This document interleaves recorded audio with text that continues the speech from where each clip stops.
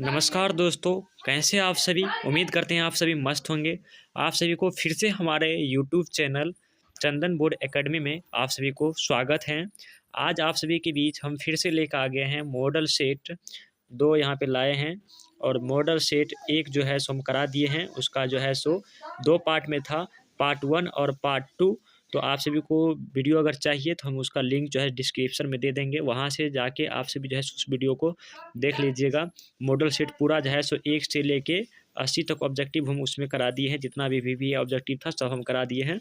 आज हम इस वीडियो में मॉडल सेट 2 लाए हैं, वो भी कौन चीज़ का, विज्ञान यानी कि साइंस का लाए हैं मॉडल सेट 2। तो चलिए बिना कोई देरी किए हम वीडियो को शुरू करते हैं। यहाँ पे देखिए पहला नंबर क्वेश्चन क्या कर रहा है, बोला रहा है पहला नंबर क्वेश्चन क्या, प्रकाश की किरण गमन करती है। तो प्रकाश की किरण जो है सो गमन करती है, सीधी रेखा में प्रकाश की किरण गमन करती थी। इसका हो जाएगा ऑप्शन नंबर यहाँ पे ए करेक्ट हो जाएगा। उसके बाद हम यहाँ पे क्वेश्चन नंबर 2 की ओर बढ़ेंगे। तो क्वेश्चन नंबर 2 मेरा क्या कर रहा है, स्टार्च लाइट का परावर्तक सतह होता है। तो स्टार्च लाइट का परावर्तक सतह कैसा होता है, तो वह होता है अवतल। तो इसका हो जाएगा ऑप्शन नंबर यहाँ पे बी करेक्ट हो जाएगा। उसके बाद हम क्वेश्चन नंबर यहाँ पे यहाँ पे क्वेश्चन नंबर हम 3 की ओर बढ़ेंगे। तो क्वेश्चन नंबर 3 मेरा क्या कर रहा है, निर्वात में प्रकाश की चाल क्या है। तो निर्वात में प्रकाश की चाल कितना होता है, 3 × 10⁸ मीटर पर सेकेंड, यानी कि इसका हो जाएगा ऑप्शन नंबर यहाँ पे एक करेक्ट आंसर हो जाएगा। उसके बाद हम क्वेश्चन नंबर 4 की ओर बढ़ेंगे। मानव नेत्र में किस प्रकार का लेंस पाया जाता है। मानव का जो लेंस है उसमें किस प्रकार का लेंस लगा हुआ रहता है, यानी कि किस प्रकार का लेंस रहता है। तो यहाँ पे हो जाएगा उत्तल, यानी कि ऑप्शन नंबर यहाँ पे ए करेक्ट हो जाएगा। उसके बाद यहाँ पे हम क्वेश्चन नंबर 5 की ओर बढ़ते हैं। मानव नेत्र जिस भाग पर प्रतिबिंब बनाता है वह है, मानव नेत्र का जिस भाग पर प्रतिबिंब बनाता है वह क्या है, तो वह है दृष्टिपटल, यानी कि इसका ऑप्शन नंबर यहाँ पे इसका ऑप्शन नंबर यहाँ पे डी करेक्ट हो जाएगा। उसके बाद क्वेश्चन नंबर यहाँ पे 6 की ओर बढ़ेंगे। सामान्य नेत्र का दूर बिंदु है, सामान्य नेत्र का दूर बिंदु है। तो सामान्य नेत्र का दूर बिंदु कितना है, यानी कि 25 सेंटीमीटर, 25 मिमी mm या 25 में, उसके बाद 25 मीटर अनंत। इसका हो जाएगा तीनों हो जाएगा अनंत, यहाँ पे हो जाएगा ऑप्शन नंबर यहाँ पे डी। उसके बाद हम यहाँ पे क्वेश्चन नंबर 7 की ओर बढ़ेंगे। ऊर्जा का ऐसा मात्रक होता है। तो ऊर्जा का ऐसा मात्रक क्या होता है, तो ऊर्जा का ऐसा मात्रक जूल होता है। इसका option number B correct answer हो जाएगा। उसके बाद क्वेश्चन नंबर हम 8 की ओर बढ़ेंगे। तो क्वेश्चन नंबर 8 मेरा क्या करा है, क्वेश्चन नंबर 8 बोल रहा है निम्नलिखित में से किसका अर्थ जल है। निम्नलिखित में से किसका अर्थ जो है वह जल है। तो हो जाएगा हाइड्रो। इसका ऑप्शन नंबर यहाँ पे डी करेक्ट हो जाएगा, हाइड्रो। उसके बाद क्वेश्चन नंबर हम 9 की ओर बढ़ेंगे।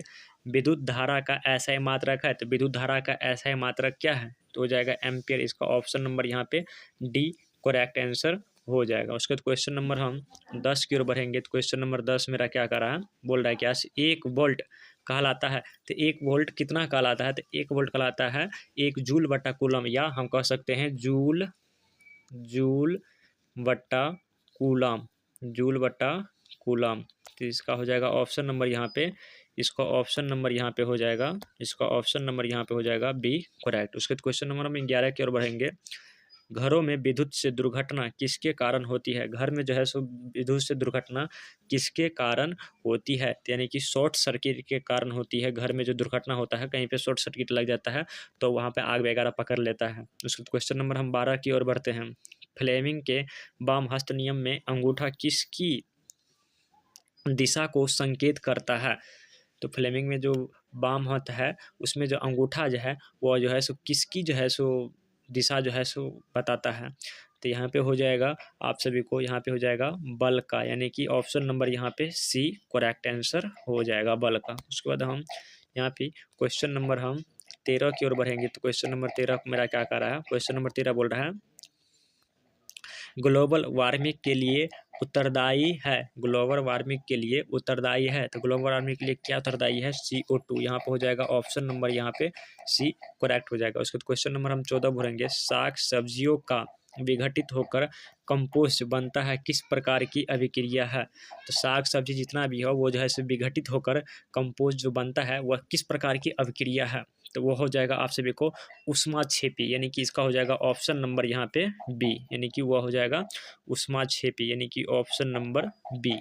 उसके बाद क्वेश्चन नंबर हम 15 की ओर बढ़ते हैं। तो क्वेश्चन नंबर 15 मेरा क्या कर रहा है, क्वेश्चन नंबर 15 बोल रहा है उपचयन वह क्रिया है जिसमें, यानी कि उपचयन वह क्रिया है जिसमें क्या, यानी कि ऑक्सीजन का योग होता है, हाँ ये भी होता है, हाइड्रोजन का वियोग होता है, ये भी होता है, इलेक्ट्रॉन का त्याग होता है, ये भी होता है, यानी कि और डी सभी, यानी कि इसमें हो जाएगा सभी, डी हो जाएगा, इसमें तीनों होता है और डी था सभी, तो हो जाएगा सभी। उसका क्वेश्चन नंबर हम 16 की ओर बढ़ते हैं। तो क्वेश्चन नंबर 16 मेरा क्या कर रहा है, बोल रहा है निम्नलिखित में से कौन अभिकारक है, तो निम्नलिखित में से कौन अभिकारक है, तो हो जाएगा आप सभी को H2S, H2S, इसका ऑप्शन नंबर यहाँ पे सी हो जाएगा H2S।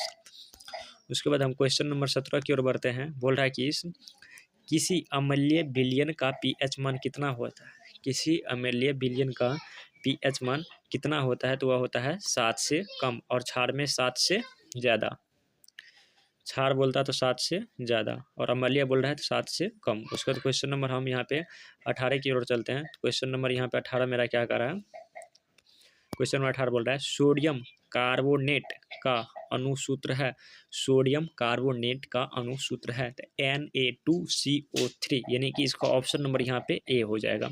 उसके बाद क्वेश्चन नंबर हम 19 की ओर बढ़ते हैं।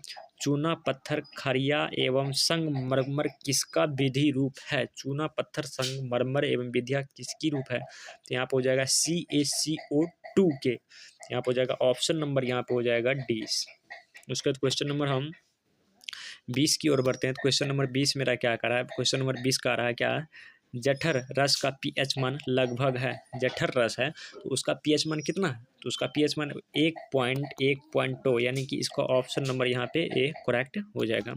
उसके बाद क्वेश्चन नंबर हम यहाँ पे 21 की ओर बोलते हैं, बढ़ते हैं।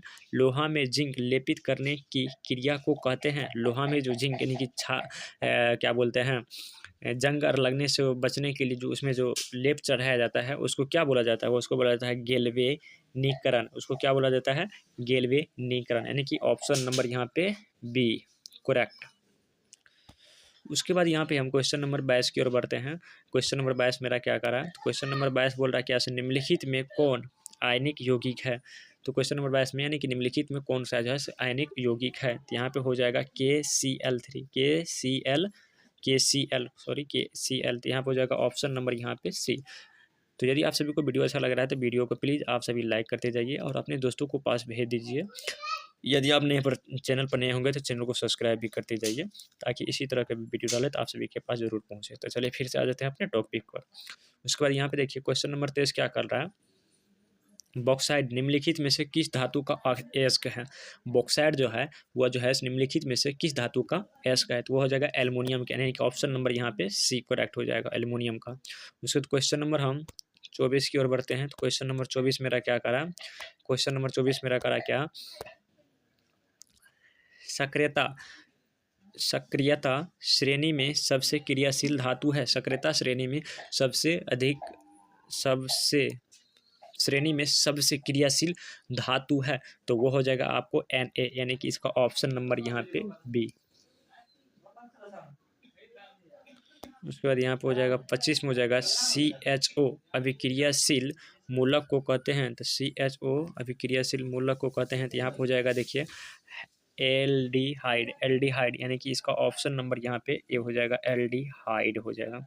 उसके बाद क्वेश्चन नंबर यहाँ पे हम 26 की ओर बढ़ते हैं। तो क्वेश्चन नंबर 26 मेरा क्या कर रहा है, क्वेश्चन नंबर 26 बोल रहा है कि इथाइल एल्कोहल का अणुसूत्र है, तो इथाइल एल्कोहल का अणुसूत्र क्या है, तो इथाइल एल्कोहल का अणुसूत्र है C2H5OH, यानी कि इसका ऑप्शन नंबर यहाँ पे बी हो जाएगा करेक्ट। तो उसके बाद यहाँ पे क्वेश्चन नंबर 27 क्या बोल रहा है, आधुनिक आवर्त सारणी में क्षैतिज कतारों की संख्या होती है, तो आधुनिक जो है आवर्त सारणी जो है उसमें क्षैतिज कतारों की संख्या होती है, तो उसमें कितनी होती है, तो उसमें होती है 7, यानी कि इसका ऑप्शन नंबर यहाँ पे बी हो जाएगा। उसके बाद क्वेश्चन नंबर 28, मानव में डायलिसिस थैली है, मानव में डायलिसिस थैली है, तो यहाँ पे हो जाएगा मानव में डायलिसिस कहाँ पे है, नेफ्रॉन में है, इसका ऑप्शन नंबर यहाँ पे ए हो जाएगा। उसके बाद क्वेश्चन नंबर यहाँ पे हम 29 की ओर बढ़ते हैं। क्वेश्चन नंबर 29 क्या बोल रहा है, निम्नलिखित में कौन उभयलिंगी जंतु है, निम्नलिखित में कौन उभयलिंगी जंतु है, तो उभयलिंगी जंतु कौन सा है, तो वह होता है केचुआ, यानी कि ऑप्शन नंबर यहाँ पे ए हो जाएगा। उसके बाद क्वेश्चन नंबर 30, कुटपाद किस में पाया जाता है? तो कुटपाद जो है वो किस में पाया जाता है? तो वह पाया जाता है अमीबा में। इसका ऑप्शन नंबर यहाँ पे बी हो जाएगा। उसके बाद क्वेश्चन नंबर यहाँ पे हम 31 की ओर बढ़ते हैं।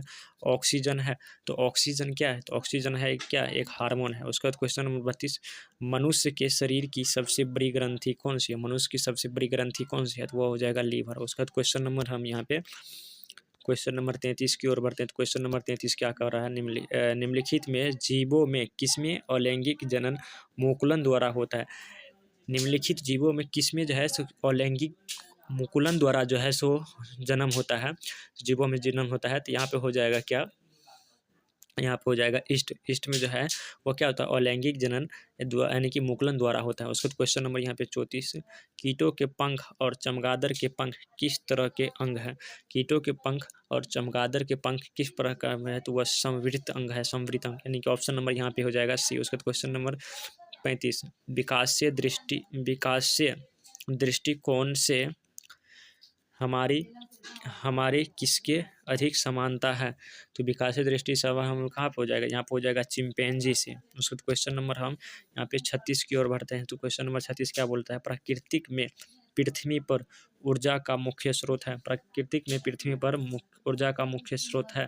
तो यहाँ पे हो जाएगा प्राकृतिक में हो जाएगा, यहाँ पे हो जाएगा बी, यानी कि सूर्य से। उसके बाद क्वेश्चन नंबर 37, हरे पेड़ पौधे कहलाते हैं? तो हरे पेड़ पौधे क्या कहलाते हैं? तो हरे पेड़ पौधे कहलाते हैं उत्पादक। उसके बाद क्वेश्चन नंबर यहाँ पे 38, निम्नलिखित में कौन जैव अनिम्नीकरण पदार्थ है? तो यहाँ पे हो जाएगा 38 का हो जाएगा यहाँ पे DDT, यानी कि इसका ऑप्शन नंबर यहाँ पे ए हो जाएगा करेक्ट। उसके बाद यहाँ पर क्वेश्चन नंबर 39 बोला, निम्नलिखित में से कौन प्राकृतिक संसाधन नहीं है? निम्नलिखित में से कौन सा जो प्राकृतिक संसाधन नहीं है? तो जीवधारी जो है वो क्या प्राकृतिक संसाधन नहीं है। उसके बाद क्वेश्चन नंबर 40,